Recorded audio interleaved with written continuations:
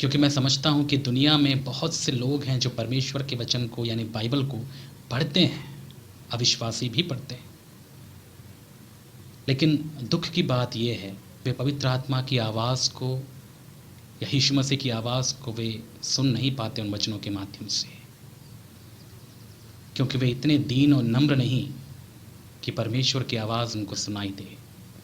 याद रखिएगा, परमेश्वर केवल उन पर अनुग्रह करते हैं या फिर परमेश्वर की आवाज़ केवल वही सुन पाते हैं या सुन सकते हैं जो दीन और नम्र हैं।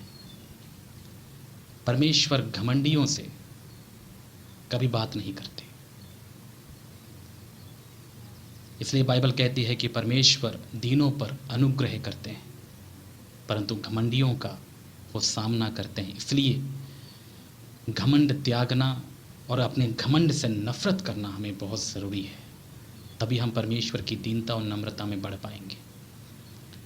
और यही एक कारण है कि क्यों कई परमेश्वर के लोग भी यानी विश्वासी भी परमेश्वर के वचन को पढ़ते समय परमेश्वर की आवाज़ नहीं सुन पाते हैं। वो इसलिए क्योंकि वे घमंडी हैं। अब मैं ये नहीं कहता कि घमंड मुझ में नहीं है या फिर किसी में नहीं होता। देखिए, घमंड ये हमने आदम और हवा से प्राप्त किया हुआ है, ये हमारे स्वभाव में है। लेकिन मैं ये भी मानता हूँ कि यीशु मसीह पर विश्वास करने के बाद अब मैं घमंड का गुलाम नहीं हूँ, क्योंकि मैं यीशु मसीह के प्रेम में, उसके रिश्ते में, उसकी संगति में बढ़ रहा हूँ।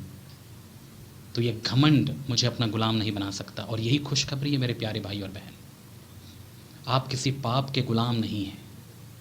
घमंड, लालच, बैर, नफ़रत, ऐसे बुराइयों के गुलाम नहीं हैं आप। इनके गुलाम तो वो अविश्वासी हैं जो अपने दम पे अपने आप को धर्मी जताने की कोशिश करते हैं, जबकि यीशु मसीह के द्वारा ही हम धर्मी ठहरते हैं और यीशु मसीह के द्वारा ही हम अपने इन गंदे स्वाभाविक कामों से बाहर आ जाते हैं। इसलिए यीशु मसीह में बने रहेंगे तो हम उसकी दीनता और नम्रता को अनुभव करेंगे और हम हमेशा ऐसी बुराइयों में विजय प्राप्त करते जाएंगे।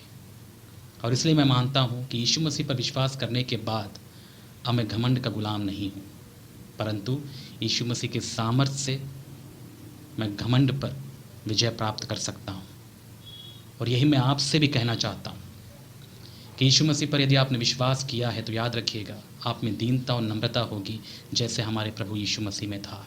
वो घमंडी नहीं थे। और यही तो है प्रभु में बढ़ने का मतलब। और जब हम में दीनता और नम्रता होगी तब हमें परमेश्वर की आवाज़ अच्छा से समझ में आएगा। हम प्रभु की आवाज़ को सुन पाएंगे, उसको समझ पाएंगे, उसमें बढ़ पाएंगे। इसलिए जब भी आप बाइबल पढ़ें, आप हमेशा दुआ कीजिए कि प्रभु आपको दीनता और नम्रता की आत्मा दे, और उसी आत्मा में ही आप परमेश्वर के वचन को पढ़िए ताकि आपको प्रभु की आवाज़ सुनाई दे, समझ में आए परमेश्वर आपसे क्या बात करना चाहते हैं। क्योंकि इन दिनों में यदि आपने परमेश्वर की आवाज़ सुनना नहीं चाहा, याद रखिएगा, कोई आपको धोखे से नहीं बचा सकता। पता क्यों कई लोग धोखा खाते हैं? क्योंकि वे प्रभु की आवाज़ सुनना नहीं चाहते। उन्हें परमेश्वर की आवाज़ सुनने की इच्छा नहीं होती। उनको लगता ही नहीं है कि मुझे इस जीवन को परमेश्वर के आवाज़ के अनुसार जीना चाहिए। बाइबल पढ़ते ज़रूर हैं, लेकिन ज्ञान तो प्राप्त करते ही हैं, क्योंकि बहुत से लोग बाइबल को ज्ञान प्राप्त करने के लिए पढ़ते हैं। वो इसलिए नहीं पढ़ते हैं कि आज मैं बाइबल पढ़ूंगा और परमेश्वर की आवाज़ सुनूंगा, प्रभु मुझसे बात करेंगे और मैं जानूंगा कि परमेश्वर आज मुझसे क्या बात करना चाहते हैं। हो सकता है मुझे प्रोत्साहन की ज़रूरत हो तो प्रभु अपने वचन से मुझे प्रोत्साहित करेंगे। हो सकता है परमेश्वर मुझे आज करेक्ट करेंगे, हो सकता है मैंने कुछ गलतियां की हों या कर रहा हूं और परमेश्वर मुझे आज मेरी गलतियों को सुधारेंगे, मुझसे बात करेंगे। इसी स्वभाव से यदि आप बाइबल पढ़ रहे हैं तो मैं आपसे कह सकता हूं कि आप प्रभु में बढ़ रहे हैं। यदि आप इस स्वभाव में नहीं पढ़ते हैं तो मैं आपसे कह सकता हूं कि आप प्रभु में नहीं बढ़ रहे हैं।